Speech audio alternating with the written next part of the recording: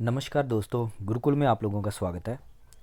आज की हमारी पज़ल 2 वो है डे बेस्ड पज़ल्स हैं, जिसमें हमारे पास क्या होता है कि कुछ मंथ्स गिवन होंगे और हर मंथ्स में कोई ना कोई एक या दो या तीन डेट्स गिवन होंगी और उस अकॉर्डिंग हम लोगों को क्या करना पड़ता है, पज़ल को सॉल्व कर अपने क्वेश्चंस को आंसर करना होता है।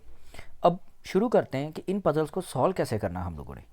तो बच्चे, जैसे हमारे पास इस क्वेश्चन की अगर बात करें तो यहाँ पे लिखा है 8 persons A to H were born on 2 different dates, यानी 2 डेट्स गिवन है जिसमें 5 और 20 यानी अलग अलग मंथ्स हैं और हर मंथ में 2 डेट्स हैं। डेट्स सेम है, 520 520 इस तरीके से डेट्स रहेंगी। मंथ्स कौन कौन से हैं? अप्रैल, मई, जुलाई एंड सितंबर। तो शुरू करते हैं बच्चे इस पजल को। तो सॉल्व कैसे करना है? तो हमारे पास कुछ मंथ्स हैं, कौन कौन से? अप्रैल, देन मई, जुलाई एंड सितंबर। अब हर मंथ्स में दो दो डेट्स आती हैं, 520 520 520 520। अब नेक्स्ट हमारे पास इसमें आप एक चीज़ देखिए, एक ऑड डेट है और एक इवन डेट है। तो क्वेश्चन कैसे शुरू करना? पहली लाइन लिखी है F was born just before H, यानी कि एफ क्या है? एच से बिल्कुल पहले बॉर्न हो रहा है, यानी कि वो इकट्ठे आ रहे होंगे। और किस तारीख को? On odd date. तो ये तो क्लियर होगा कि एफ कौन सी डेट को पैदा हुआ होगा?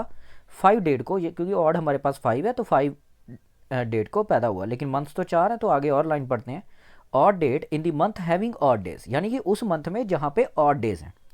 तो हमारे पास मंथ्स कौन कौन से? अप्रैल में कितने दिन होते हैं? 30 डेज होते हैं। मई में 31, जुलाई 31 एंड अप्रैल में हमारे सितंबर में 30 डेज आ गए। तो हमने देखा दो ही ऐसे मंथ्स हैं जिसमें हमारे पास क्या आ रहे हैं? और डेज आ रहे हैं। कौन कौन से? एक मई और दूसरा जुलाई।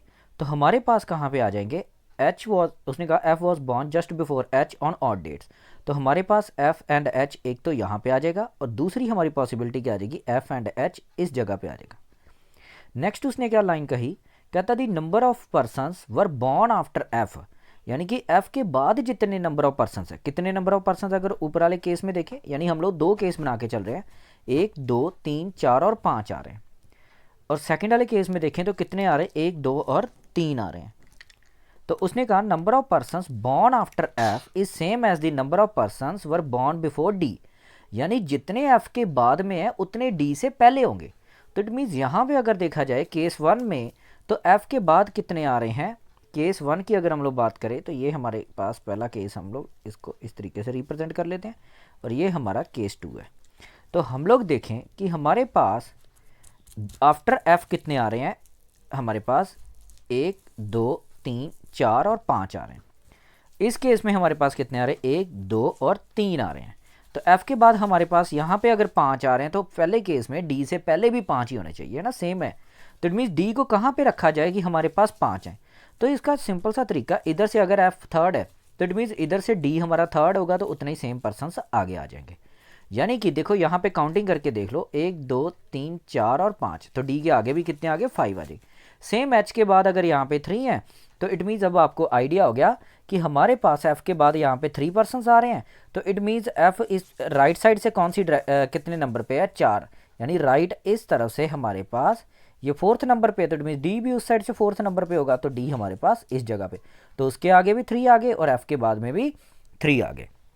अब नेक्स्ट हम लोग देखें, यहाँ पे नेक्स्ट लाइन देखते हैं। उसने कहा ई वॉज बॉर्न जस्ट आफ्टर जी, यानी ई जी के बाद ही। तो इट मीन जी एंड ई हमारे पास क्या होंगे? इकट्ठे आने होंगे।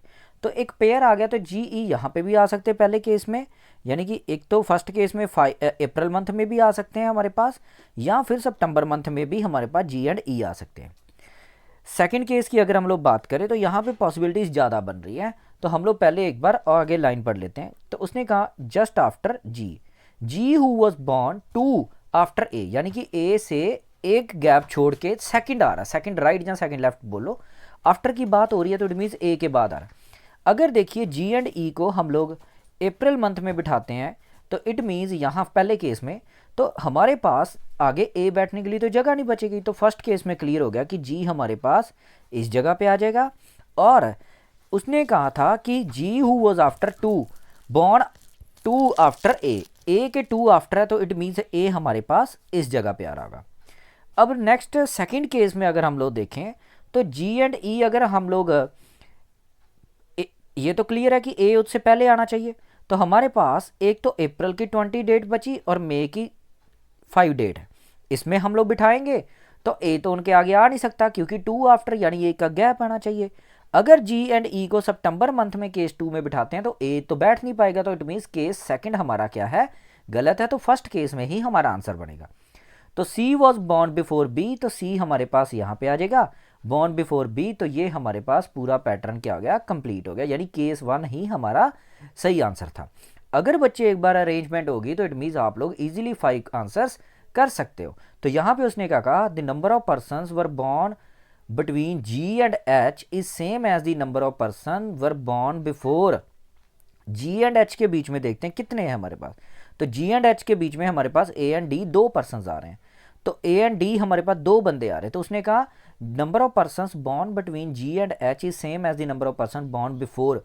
बिफोर यानी इन जो ऑप्शंस हैं, ए से पहले कितने 2 होने चाहिए, तो पहली ऑप्शन गलत, बी से पहले 2 होने चाहिए गलत, एफ से पहले हमारे पास 2 होने चाहिए, तो इट मीन सी ऑप्शन है कि यानी कि जी एंड एच के बीच में जितने नंबर ऑफ पर्सन आ रहे उतने ही एफ से पहले हैं। क्या एफ से पहले आ रहे हैं 2 पर्सन, तो 2 पर्सन ही आ रहे हैं, तो आंसर हमारा क्या आ जाएगा, बी सी ऑप्शन एफ। तो बच्चों और ऐसी पजल सीखने के लिए चैनल को सब्सक्राइब करें, लाइक करें, ताकि रोज़ हम आपके साथ एक नई पजल डिस्कस कर सकें।